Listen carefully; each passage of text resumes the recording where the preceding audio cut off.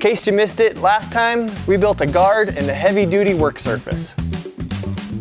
This time we have a shifter lifter sidecar, Fender, belt tracker, VFD. Whew. All these things we need to get done before we can fire this baby up. So let's get to it. We got the table complete. This thing turned out awesome. The next step we got to do is be able to lift this motor up to where I can slide the belt off and then do whatever I want to do with the belt, put the new belt on, and then come back and release the motor. So I want to build some kind of go-kart inspired shifter lifter, I'm going to call it. And it's probably going to attach to the frame down here and have some sort of a shift up. So let's get to that right now.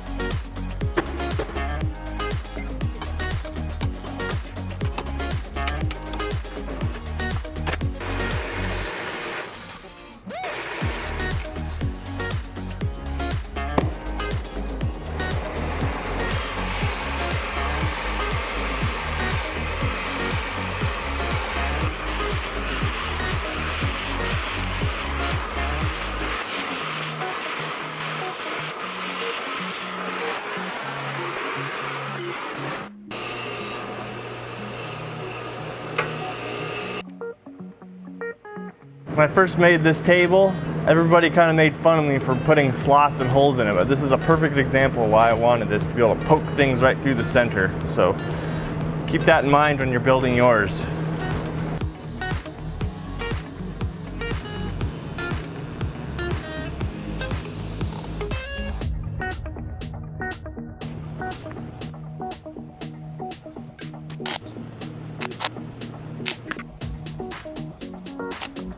This is what I call the shifter lifter. This is by far the simplest thing I came up with. I have about 12 different ideas on how to do this, but really just push down, the belt slacks off,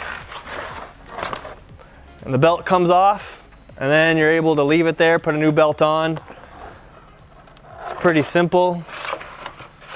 And then just pick back up on the lever, and now the weight of the motor is doing all the work again, and we're back in business. It works just like a cam on a camshaft in a car. When you push down, it just lifts up, and because it's at the top dead center of this cam, it really doesn't want to go anywhere. It's pretty stable. It needs some mechanical force to be able to push it down or up. What I want to do next is tackle this extension rod for the belt tracking. This is just temporary, but I want it to be tall and have the same size hex cap as the rest of the machine. I also want it to resemble the handle of a screwdriver.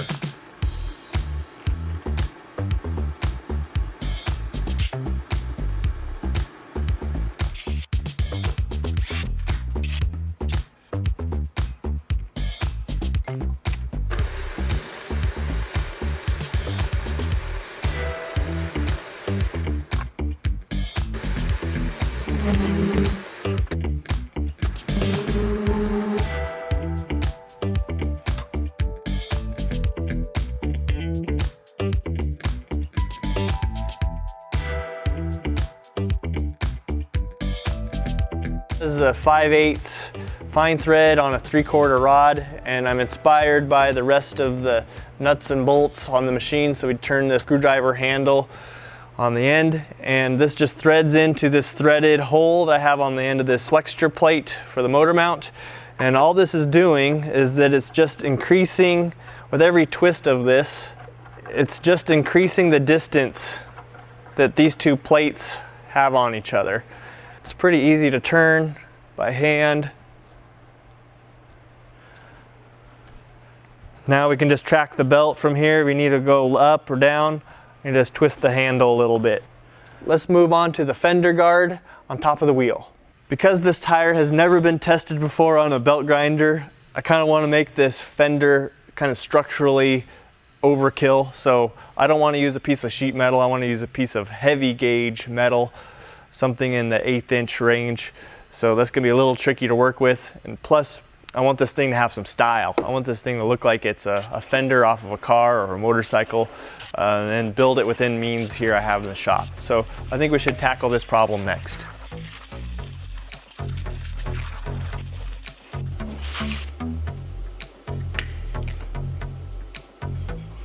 We got all the parts cut for this fender. The next step is we need to fabricate it and roll the body. But this is 10 gauge plate, so I don't have a way in the shop to actually roll it nicely in the shape that I want. But my buddy Reed, he's got all the sweet tools, and he just happens to have the roller to be able to do this. So let's go up to Reed's place and see if he can give us a hand to roll this plate. All right, we've made it to Reed's place. He's gonna help me roll this piece of fender material. This is, I think, what, 1/8 inch plate. That's what's the beauty about what Reed's built here, is this cute little, what is this, 1 foot, Reed? 14 inches about. Yeah. Slip roller or sheet roller. And most of the ones you can purchase are only good for up to like 16 gauge, which is junk. So Reed made his own. And what we're gonna do is he's gonna roll this plate for me close to this template, which is this bracket's gonna bolt to the side of the grinder. So let's just get this thing done and off we go. Okay, here we go.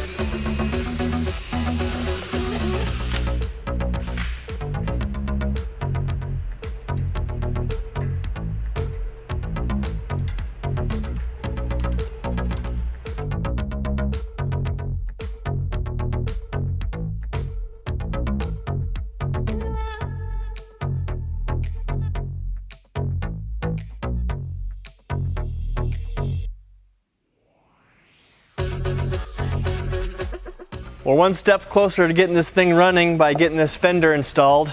I think it turned out pretty slick. I really didn't want just a piece of flat rolled sheet metal, so by adding this little flare, it kind of mimics the sidewall profile of the tire, which I really like. Building this out of 1/8 inch plate, I feel safe enough to be able to stand in front of it. It doesn't seem to be going anywhere. The belt still slides off the end of the tire real easy. Function first and then looks second. So it works out pretty slick. Just be able to throw the belt on. Just like that. And then dropping it down. Pretty sweet, huh? The belt is going to be flinging sparks everywhere off this machine. I want to find some way to collect all this mess that this thing's going to be generating. So I want to build some sort of little cart on some wheels or a bucket to collect all this material. So we should build that now.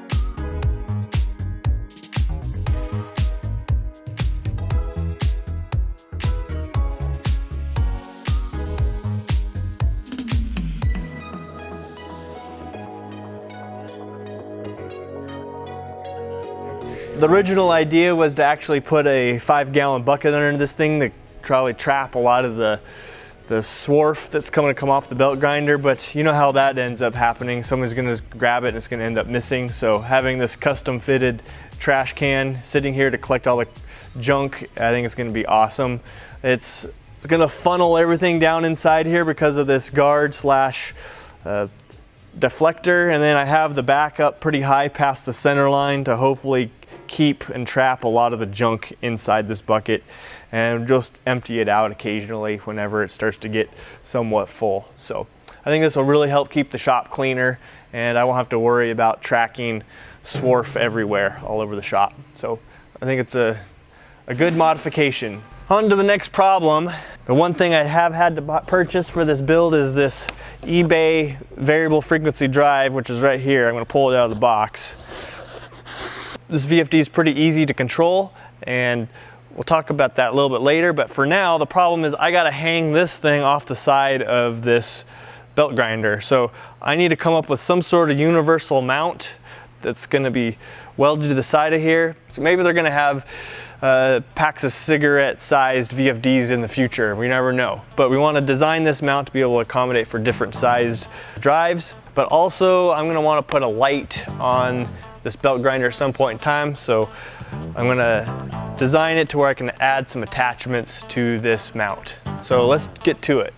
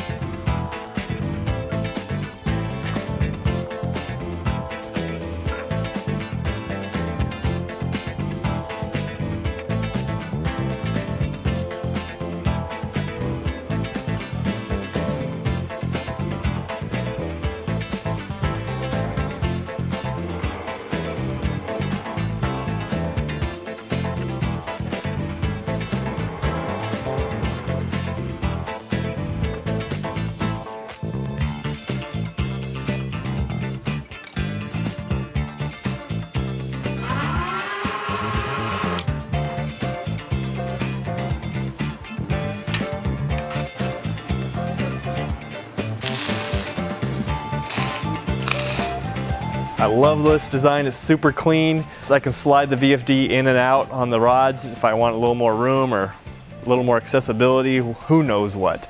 I kind of pondered over this quite a bit, what to do. I thought about just welding a plate on the side of the machine or a piece of angle iron, making it super easy, but the more I got to thinking, if this VFD were ever to go out, that I might want to change it with something else. So I kind of wanted to put this universal mount on here, kind of like a Picatinny rail on an AR-15. You can slide different accessories onto these. I plan on maybe putting a light potentially or a camera mount also on this machine, so I'll be able to make another one of these brackets and just slide it over the end and add whatever I want. It's got a quick change little knob here to be able to clamp onto it and slide it off or slide it on the machine, so I can move it closer just like that, or slide it to the end.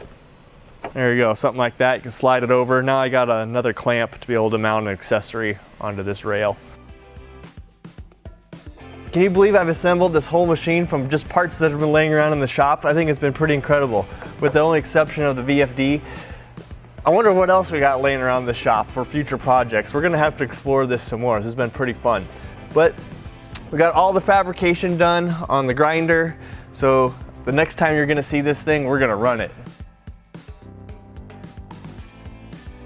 If you guys wanna see more Reed's shop, I have a shop tour that I'll link in the description below. Please like, comment, subscribe if you aren't already, and I'll catch you on the next one.